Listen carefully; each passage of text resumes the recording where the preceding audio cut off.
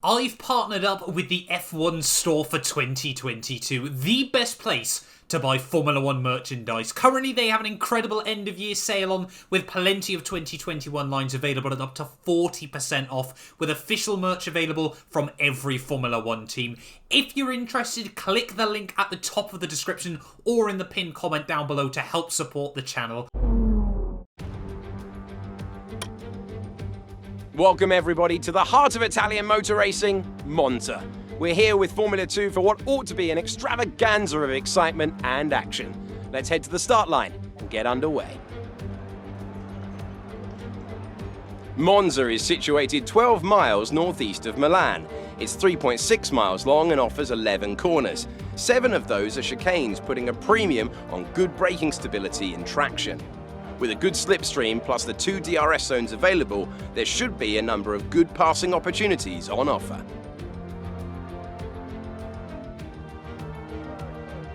Turn 1 at Monza is famous, or should I say infamous, for serious contact and incidents, especially on the opening lap. What are your thoughts on that, Davide? Yes, this chicane is a tricky one. A lot of time you see the more experienced drivers hold back from full throttle to keep themselves safe as everyone tries to squeeze into the racing line after the opening straight. And here are the driver grid positions for today's race.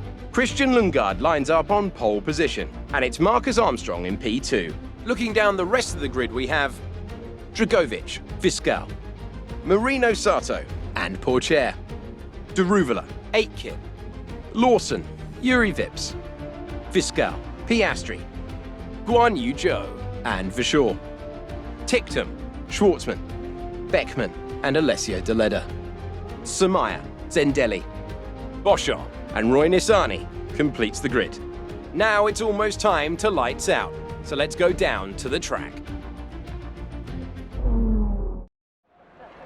Here we are then, back on the grid for the final race then of what has been a chaotic but brilliant Italian GP weekend. Hello everyone, and welcome back guys to a brand new video. Of course, if you missed out the first 2 races of the weekend, I would definitely recommend going back and checking them out. But of course, if you are new around here as well, make sure you get yourself subscribed to the channel. We've now smashed through 35k subs at the time of recording this. We're trying to hit 50k by the end of the year, so if you could help us get one step closer, it would be massively appreciated. But so far this weekend's gone pretty well. Enzo Fittipaldi has had a rough time of it, and we've scored some big points to hopefully try and close down the gap. Just, of course, what?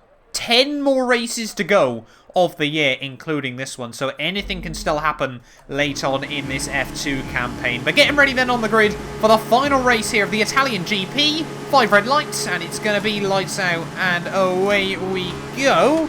And Yuri Vips then not getting off to a particularly good start as we almost put it in the pit wall as we head down in towards turn 1 there. That's going to allow Guan Yu Zhou to maybe have a bit of a look. Dipping on the brakes there as we somehow get it slowed down in towards the first corner there. That got very sketchy between a handful of cars there as Fittipaldi romps over the curbs through turn 2. So we have gained the 1 spot then of the start. Guan Yu Zhou deep down around the outside there through the first corner. Means the UNI Virtuosi driver up inside the top 10 there. And yeah, that's been a dramatic and chaotic start, but we have come out in one piece there. No contact with anyone else. Talk about making no contact there. Liam Lawson dips it over the curbing, and we unfortunately go for a spin as we try to put the power down on the exit of the corner there, and that is not what we needed to kickstart this final race then of the weekend. There were a horrible little mistake there as we just got all over the AstroTurf and on the curbing. Couldn't put the power down, and we're now back at the rear of the field there. A nightmare start to the final race of the weekend, and I don't think we picked up any damage there, but we've certainly cooked the rubber. Horrible start. It is Lundgaard though that leads the way at the end of lap 1, so I'm just wondering if we have picked up a little bit of front wing damage here. It might be worth pitting ever so slightly early onto our set of the medium compound tyres here, but we'll keep an eye on the rubber as we did actually go purple through the final sector. Perhaps I'm just expecting a bit too much out of the soft compound. But anyway, back down towards turn 1. It's the right time to make a mistake though, because again, a lot of drivers are still squabbling for position. DRS now enabled then as we start lap 3 of this race. We're not too far now back behind Nissany and Zendelli here, so we should be able to start making moves again pretty soon. But I think, yeah, if we can get into the points here, the final race of the weekend, that'll be a pretty big victory in my eyes. A nice run on Roy Nassani as we head back down in towards the Ascari chicane. We have still got 15 laps though here to try and make overtakes happen. So we do need to get on with it, but certainly isn't the end of the world early on as Purple through Sector 1 and Sector 2 there as we get a nice run to the outside of the Dams car. It's going to be a pretty even drag race between the pair of us down in towards the final corner. Don't normally like being on the outside in towards the Alboreto curve, but we will get it slowed down just that little bit later on the brakes. I think we'll still, of course, get the DRS off him as well, as now starting to make some progress once more, as I think going long on the tyres is going to have to be the key here. New fast lap of the day. Yeah, That's a new fastest lap of the race. I think we were just struggling early on there, as Nassani's going to come back at me. We'll force him to the outside. Over a little bit later on the brakes. And yeah, back up then into P21. Samaya, again, another driver making mistakes off that curbing there, and unfortunately for us, if you're just a few cars back, you can't really do a lot about it there, as we're going to do the up and under on the rims and Delhi in towards the second Lesmo. Don't often see too many moves here, You made it look easy. but team happy with that one, and this is what we've got to do, just pick up the pieces of other people's mistakes here. Alessio Deleda and Guilherme Samaya now are going to be trying to apply pressure to each other down in towards the Ascari chicanes. Yeah, we really don't want to be battling all these guys for very long in this race. Get a nice run off the exit of Ascari once more, and now we might be able to have a look to the inside of Ralph Bosch on here, who's aware of it. He's going very, very defensive in towards the final turn. To the outside we go. Pulled off a move here last lap. We'll give him a squeeze towards the inside curbing. We'll put the power down nicely on the exit there, and that's going to be us up into P19 then of the race. So making good progress early on. We're going to get the DRS now on Deleda, who's also going to get the run on Samaya. Back down in towards the first corner. Is the Giroux going to go defensive? Yes, he is. Down there around the outside of the pair of them. Just about get it slowed down in towards turn 1 there. Parked on the apex. And that's going to be a cheeky double overtake in towards the first corner. Back into P17. We could definitely still make something of this race. Are we going to see our first few pisses in then at the end of lap 5? So when the game was starting to predict people might box in, as yeah, we are. Not too many cars opt into box then at the end of that lap. I think Schwartzman is going to be one of them. Yes, he is. So we're going to be back up towards the top 10. It is going to be 10th exactly, but I want to try and extend this stint just that little bit longer. Because again, the overcut tends to work quite nicely in Formula 2. Struggling to make as much progress as I would like at the moment there, but we do get a nice run at the final corner, and I think that's going to be everyone else into the pit lane. So we are going to re-inherit the lead then of this race, albeit just for one lap. Well, we're going to box at the end of this one then. Pace hasn't fallen away badly yet. We've just got to hope everyone else keeps battling. Tyre warning light has now come on though, but we've got 23 seconds to Lundgaard behind us. Still seems to be quite a big gaggle of cars just towards the top 10 there, as we've gone purple through the middle sector. No idea how we keep doing that here in F2 2021, but we just seem to be able to find pace on completely dead rubber there. We get a nice run out of the chicane, and now just one more corner to go. Got to make sure we get it slowed down nice and tidy into the pit lane. Take the last out of the rubber, try and get a nice run out of the final corner, and then get ready to slam on the anchors as we head down in towards the pit lane. There we go. Oh, a little bit cautious on the way in, but yeah, we are going to lead one lap then, despite being at the rear of the field then at the end of lap 1.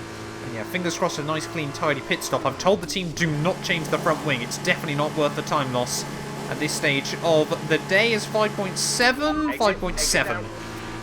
Can pretty much always guarantee now it's going to be a 5.7 second stop, as we've got yellow flags out. Someone's got issues. I think that's Fittipaldi. Fittipaldi going slowly here, so his bad weekends gets even worse there for poor old Enzo Fittipaldi. A mechanical failure late on this weekend there. We somehow are going to be up at a P13 now of the race, so we've really been able to do the undercut on our teammate Dan Ticktum, as well as a couple of other cars there. But yeah, poor old Enzo Fittipaldi, the Brazilian, out of the final race of the weekend there, and that completely throws the championship wide open. Richard for sure now just in front of me, as we've got these sides up to temperature, so we're going to have a nice advantage right between now and the end of the race. Fastest final sector once more there. We do that quite often in this series. 206 miles an hour back down towards turn 1, but not quite close enough. Have a look past Richard just yet. It's all big snap of oversteers, not going to help me.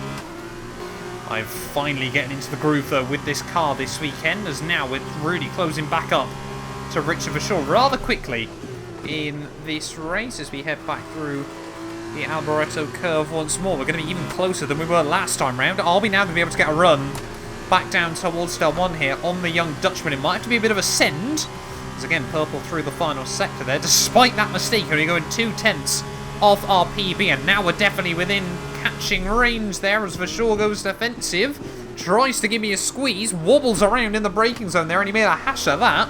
To be honest, he probably would have been able to defend from us had he just not done anything. I was a bit unsure whether we'd be able to get the car slowed down if we already sent it on in there, but Verschoor's made a hash of that. We take P12, and now we're just 2 places away from the points. 5.5 laps to go. Oh, fastest lap, but we're tied. Keep this up. That's a good goal. We're clearly consistent here if we just matched our PB. But yeah, let's just have a look then. Started to drop back. There's a gap beginning to form. Looks like Lawson and I think that's Armstrong, I want to say, going side by side through turn 1. And that's just allowing us to gain even more time there. The gap now down under 2 seconds to Guan Yu Zhou in 10th. Oh, we got more yellow flags out. Someone's got issues behind us. Oh, I think someone's just binned it. That must be Alessio Deleda in his HWA car there. But yeah, not going to worry about that too much.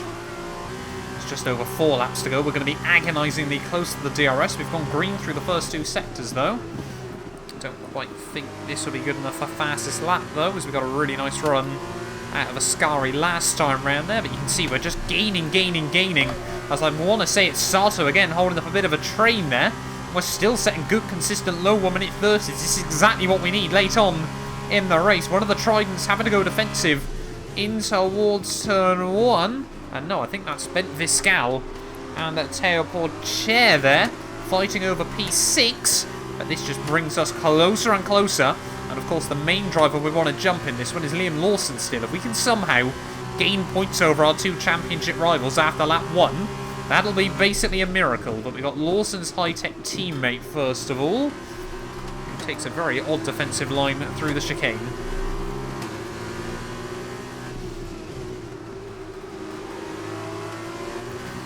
Might be able to get a good run though out of the second Lesmo here as we'll tip it in. Oh, look at that, all over the back of Yuri Vips here, and now we might be able to get a run down in towards Ascari here on the Estonian.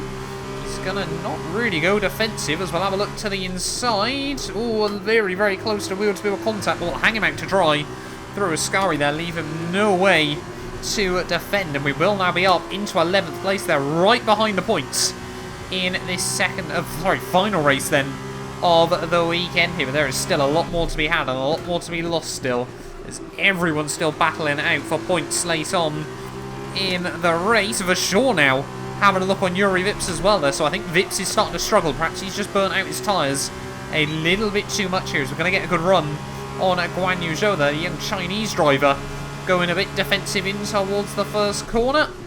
Oh, he tries to move around, but we'll go daringly late on the brakes, somehow get it slowed down, squeeze him out over the curbs. There's actually a bit of contact as he almost Max Verstappen's us on the exit of the corner there. We get away with it, we get up into the points now. We're just 3 laps to go. What a recovery drive it's been, and there is still the chance for more.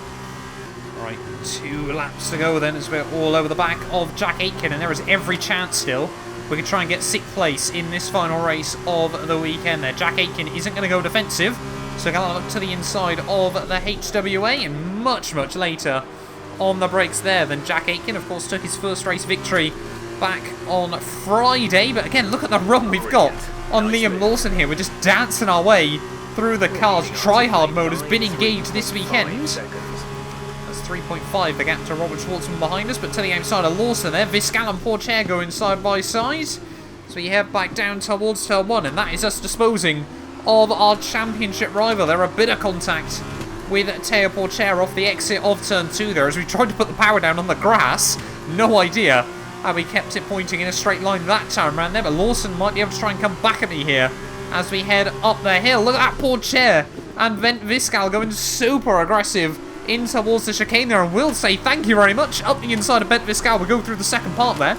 Lucky the Trident driver spotted us at the last minute, but we will have P7 then in this race rather quickly. There's a bit of a gap ahead of Pourchaire, but we can still definitely get the young Frenchman here as we get a nice run out of the second Lesmo once more. Then no idea how many times I've said that this weekend, but it has been absolutely true on basically every occasion there. Pourchaire will just have enough to defend down in towards Ascari, but you can see he's feeling the pressure at the moment. We might be able to get a good run on the exit there. Deleda nicks away my fastest lap. What are you doing, man? Why? We needed those bonus points there. As to the outside of Teo Pourchaire we go in towards the final corner. Not too sure who's got the DRS off who this time round there, but we will hook it up round the outside through Ascari there, and we're up into P6. We're just one lap to go then of this race, but it's not going to be for very long there as Teo Pourchaire is going to have the DRS. No, he's not. We were tied over the DRS detection point there, so neither of us have got the DRS in towards turn 1. We'll give him room on the outside, but make it very clear we want to try and defend there as we understeer through turn 1 and turn 2 there. And I think now our remaining battles in this race are going to be in the mirrors rather than in front of us there, unless some chaos kicks off there. It's Drugovic who might make it 2 wins in 2 races here as Pourchaire now to the outside he goes. We'll go defensive again on the brakes and get it slowed down. Something Bent Viscal couldn't do there. We almost bottle it like we did on lap 1 on the exit of the corner there as Teo Pourchaire looking this way and that to try and make any sort of move work. We'll have the inside though, and we will get back on the racing line through the second Lesmo. What a final race of the weekend it's been there. After that mistake on lap 1, we just got caught in the traffic. It's not over though. There's battles going on right at the front of the field here. Are we potentially going to see some Constantina and up through the Ascari chicane? There's going to have to be a massive amount for us to gain anything, and I don't think we are. Who's going to come out on top at the front of the field there? I think they're side by side, Lundgaard and Drugovic in towards the final corner there, but what a recovery it's been from us from last at the end of lap 1, back up to P6 by the end of the race. It's a champions-worthy drive, but out of the final corner, Lundgaard takes the dub. 3 winners in 3 races, and we come through to finish P6. Alright, race over. Take care of the car on the way in.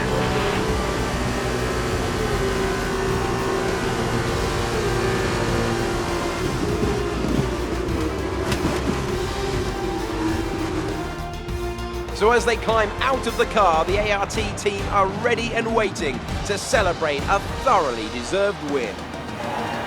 So, Davide, how exactly did they set themselves apart from the pack today? This race, this win, was about one thing and one thing only: consistency. Anyone can be quick for just 1 lap, but there's a difference between that and being quick every lap, over and over and over. If you can do that, if you can gain ground when your opponents make mistakes, but then not make mistakes on your own, you can just push and push. An amazing race today, and a very well-deserved one too. The team worked very hard to get exactly the right setup out of the F2 car that works for them, and the results speak for themselves. ARTGP winners today.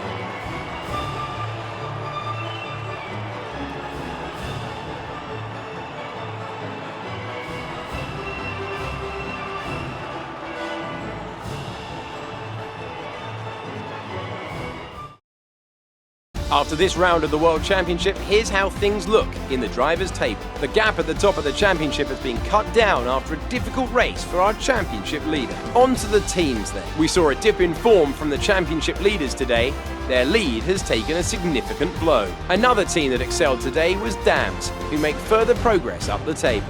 After all this drama, you'd be mad not to join us for the next race. We hope to see you then. Take care. Well, there we are then, guys, the end of another F2 race weekend there, and that one, yeah, certainly, I mean, every F2 race so far this year has been brilliant, and, you know, it's been so much fun going through here on F1 at 2021. But Lundgaard takes home the dub, just 3 tenths ahead of Felipe Drugovic, who by far and away has had his best weekend of the year there. Marcus Armstrong keeping the consistency up in P3 ahead of Sato, Jay Andaruvala and myself there, with Pourchaire, Viscal, Lawson and Jack Aitken rounding out your points finishes there. So yeah, Lawson, despite that mistake early on, he had the prime chance to take out big points in the championship, but he hasn't quite been able to capitalise the same way we have this weekend there. Final race results from the weekend. Christian Lundgaard takes home 39 points there, as both myself and Drogovic take 34 apiece. J.L. Aruvula 24 ahead of Sato on 22, Armstrong with 21 there, and yeah, Lawson 14, Teo Porcher 12, but far more importantly than any of those, it's of course, where is he? All the way down in last place there, Enzo Fittipaldi, no points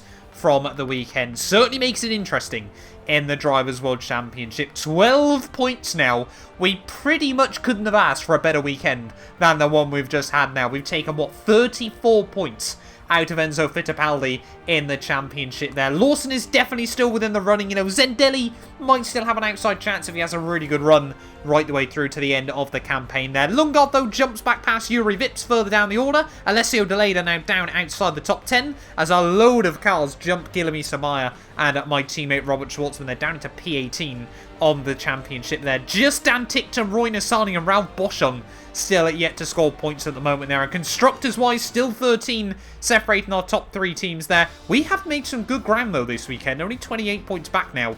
So maybe it's just not over quite yet. There is Dams Jump Carlin, just 1 point between them as they battle it out for the wooden spoon. But thank you all so much for watching this video. If you have enjoyed, do make sure you leave a like and get yourselves subscribed. I think we're back at Russia next weekend, but don't hold me to that. Wherever we are, though, you guys, I'm looking forward to it. Thank you all so much for the continued support on all the stuff we're doing at the moment. And yeah, we'll be back very soon with more Formula 2. None of these videos would be possible without the help of our channel members. So a massive thank you to all of the names you see on your screens currently for helping support the channel. You can join them by clicking the join button down below. And yeah, thank you once again to everyone that continues all the insane support on my work.